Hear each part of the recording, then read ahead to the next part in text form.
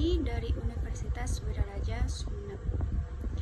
Pada video kali ini saya ingin sedikit membahas tentang materi pada pertemuan kedua MSDM lanjutan, yaitu tentang motivasi dan partisipasi kerja. Menurut Stephen Ivanko dalam atau Hamli Arif Yusuf 2018 mendefinisikan motivasi sebagai keinginan dan energi seseorang yang diarahkan untuk pencapaian suatu tujuan. Motivasi adalah sebab dari tindakan. Selanjutnya, teori motivasi.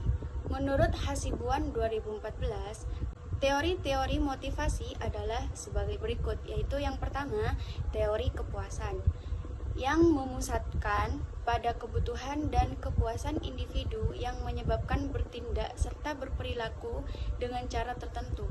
Teori ini memusatkan perhatian pada faktor-faktor kebutuhan dan kepuasan individu yang menyebabkan bertindak serta berperilaku dengan cara tertentu. Teori ini memusatkan perhatian pada faktor-faktor dalam diri orang yang menguatkan, mengarahkan, mendukung, dan menghentikan perilakunya.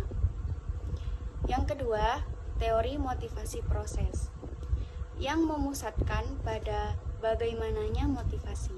Teori motivasi proses pada dasarnya menjawab pertanyaan bagaimana menguatkan, mengarahkan, memelihara, dan menghentikan perilaku individu agar setiap individu bekerja sesuai dengan keinginan manajer. Yang ketiga, teori pengukuhan, yang menitik beratkan pada cara di mana perilaku dipelajari. Teori-teori ini mendasarkan sebab dan akibat dari perilaku dengan pemberian kompensasi.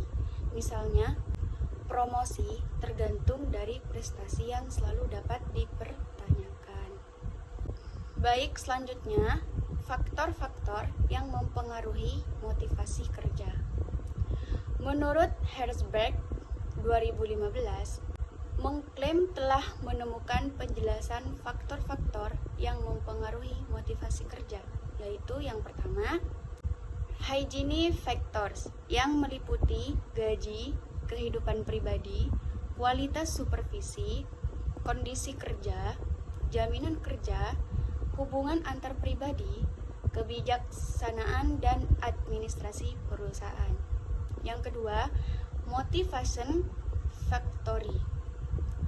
Yang dikaitkan dengan ini, pekerjaan mencangkup keberhasilan, pengakuan, pekerjaan yang menantang, peningkatan dan pertumbuhan dalam pekerjaan. Baik, selanjutnya yaitu tujuan motivasi. Menurut Hasibuan 2014, tujuan motivasi antara lain sebagai berikut.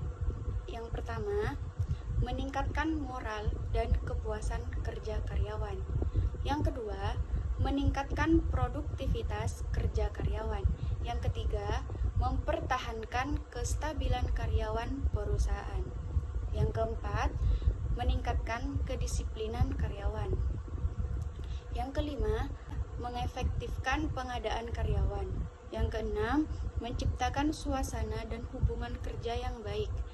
Yang ketujuh, meningkatkan loyalitas, kreativitas, dan partisipasi karyawan. Yang kedelapan, meningkatkan tingkat kesejahteraan karyawan. Yang kesembilan, mempertinggi rasa tanggung jawab karyawan terhadap tugas-tugasnya. Dan yang terakhir, 10, meningkatkan efisiensi penggunaan alat-alat bahan baku.